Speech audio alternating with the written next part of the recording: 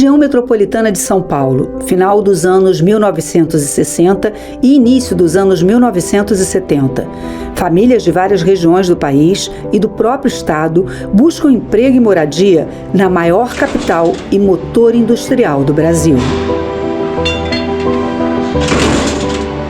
Nesse mesmo período, uma verdadeira revolução começa a se desenhar aqui e na América Latina, as comunidades eclesiais de base.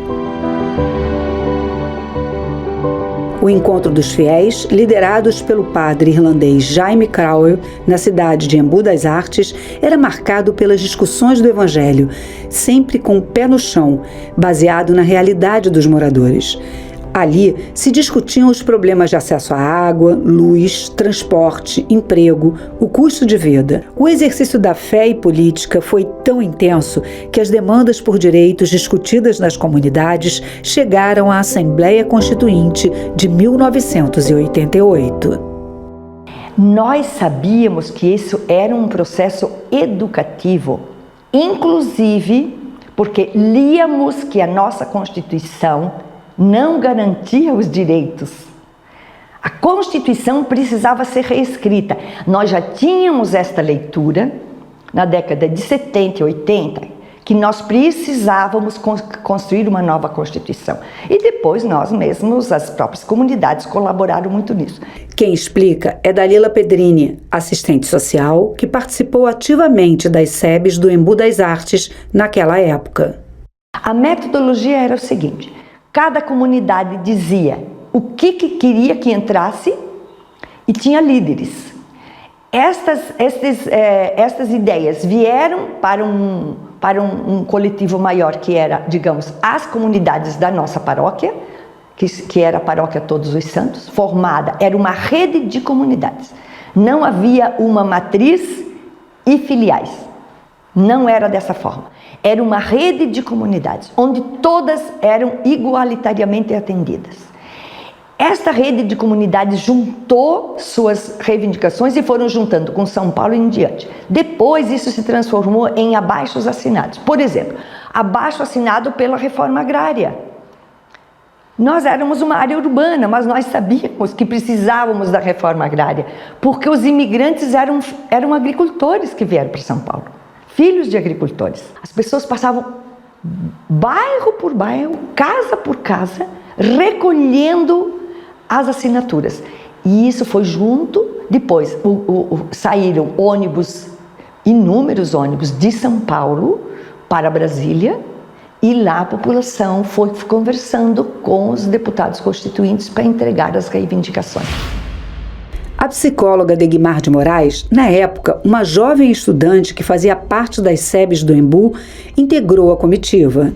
Eu fui representando aqui a juventude, né, para Brasília, e lá a gente teve reuniões com os deputados, com Ulisses Guimarães. Ulisses Guimarães, presidente da Assembleia Nacional Constituinte, ressaltou as mudanças alcançadas na promulgação da Carta. A Constituição mudou na sua elaboração, mudou na definição dos poderes, mudou restaurando a federação, mudou quando quer mudar o homem cidadão.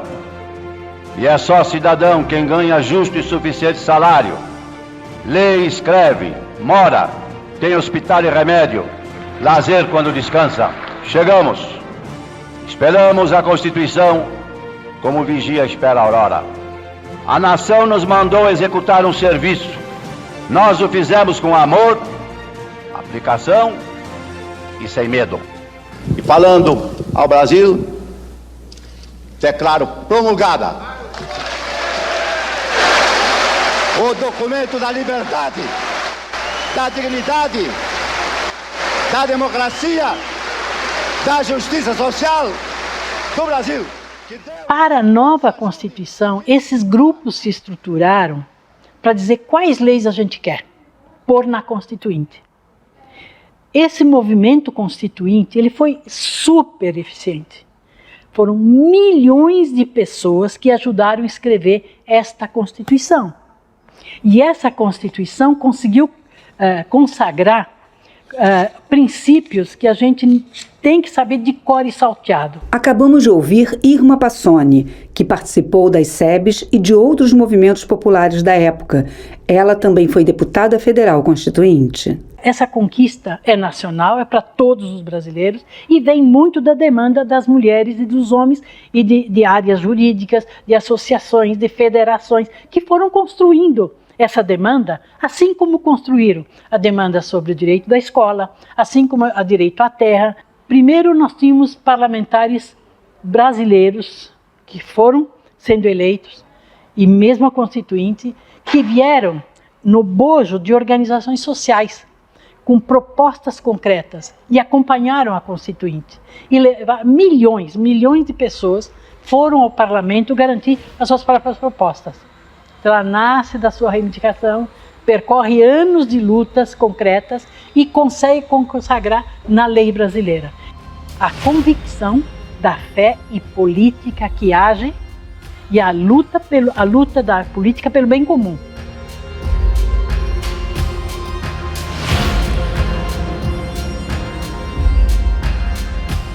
Este podcast faz parte do projeto Fé e Política, realizado com recursos oriundos de emendas parlamentares dos deputados federais Alencar Santana e Nilton Tato, por meio do Termo de Fomento número 94.2729/2023. Produção Criar Brasil. Realização Ministério da Cultura, Governo Federal.